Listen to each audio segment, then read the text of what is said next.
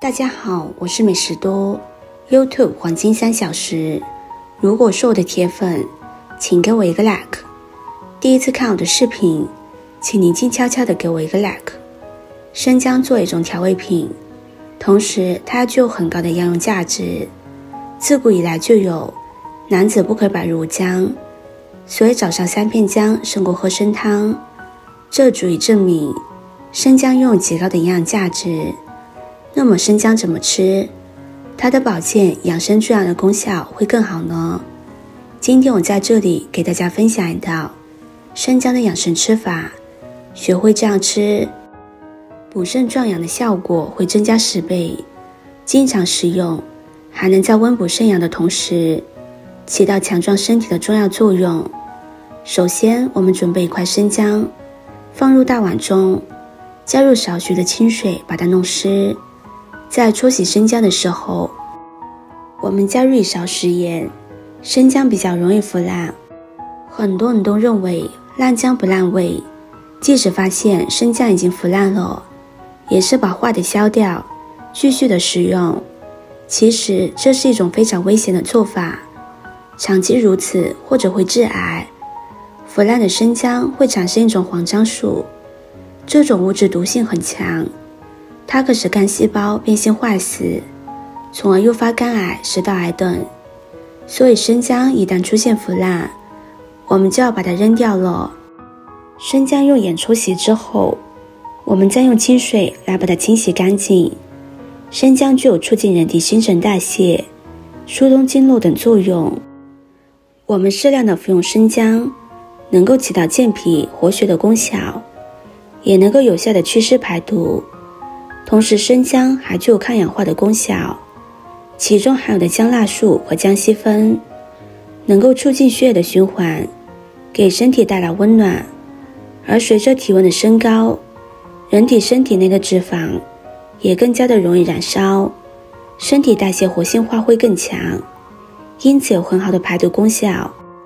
生姜清洗干净之后，我们来把它切成片，这里我们用上4-5片就可以了。切好之后放在一旁备用。接着再准备5克枸杞，枸杞中含有的枸杞多糖，对我们的身体有非常多的好处。枸杞滋补肝肾的功效也是非常的强大，尤其对腰膝酸软、阳痿、遗精、头发早白、耳鸣目眩等都有很好的辅助治疗效果。经过我们今天这样的搭配，它的补肾壮阳效果加倍的增强。我们在洗枸杞的时候，最好加入一些面粉和食盐。面粉有很好的吸附性，可以把枸杞里面的脏东西吸附出来，而食盐也有很好的消毒杀菌的作用。两者搭配在一起洗枸杞，枸杞就会被洗得很干净。我们可以用清水再多清洗2遍，直到水变得清澈就可以，然后将它捞出来放在一旁备用。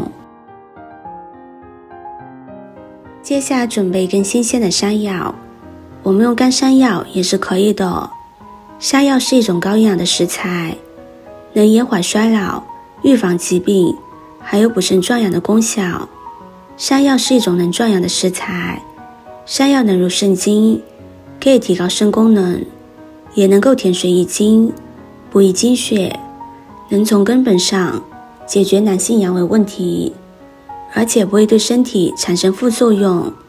经常食用，还能在温补肾阳的同时，起到强壮身体的作用。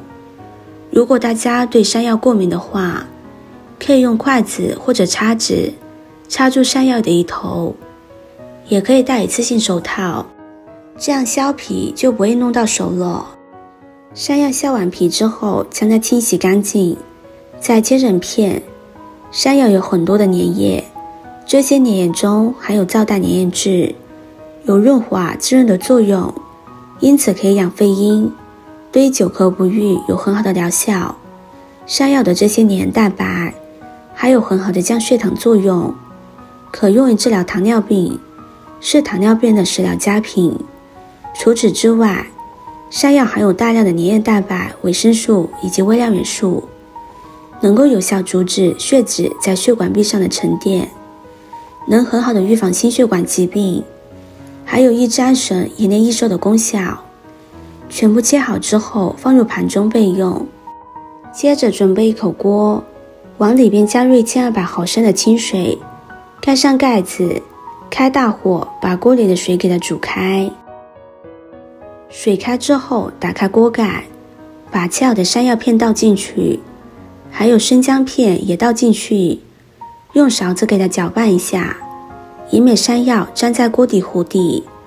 然后开大火把它煮开，煮开之后再转小火煮30分钟。一个红心对你来说只是举手之劳，对我来说可以高兴的睡不着觉。这个视频麻烦您帮忙点一个免费的小红心吧，非常的感谢。30分钟之后，我们再来打开盖子。山药我们切得很薄，所以很容易就煮烂了。现在我们就可以把枸杞倒进来了，再放入少许的食盐来调味。按照中医的理论，咸能入肾，所以这里我们不要放糖，要放点盐来调味。然后我们就关火，盖上盖子，让它焖上10分钟。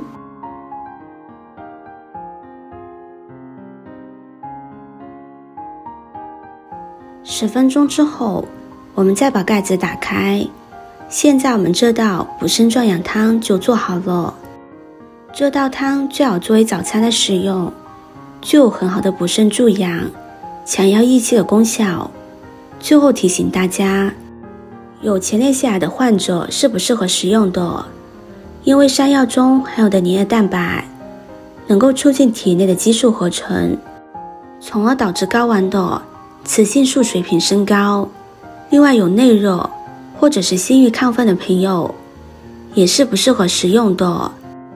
大家在使用这个食疗方的时候，要先咨询医生的意见，认清自己的体质，再进行食用，这样才能更好的补益身体。喜欢的朋友就收藏起来试试吧。今天的分享就到这里了，大家可以把它分享给身边更多的朋友，让更多的朋友都受益。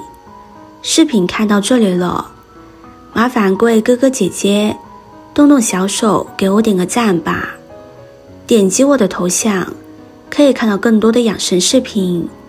我们下个视频见啦。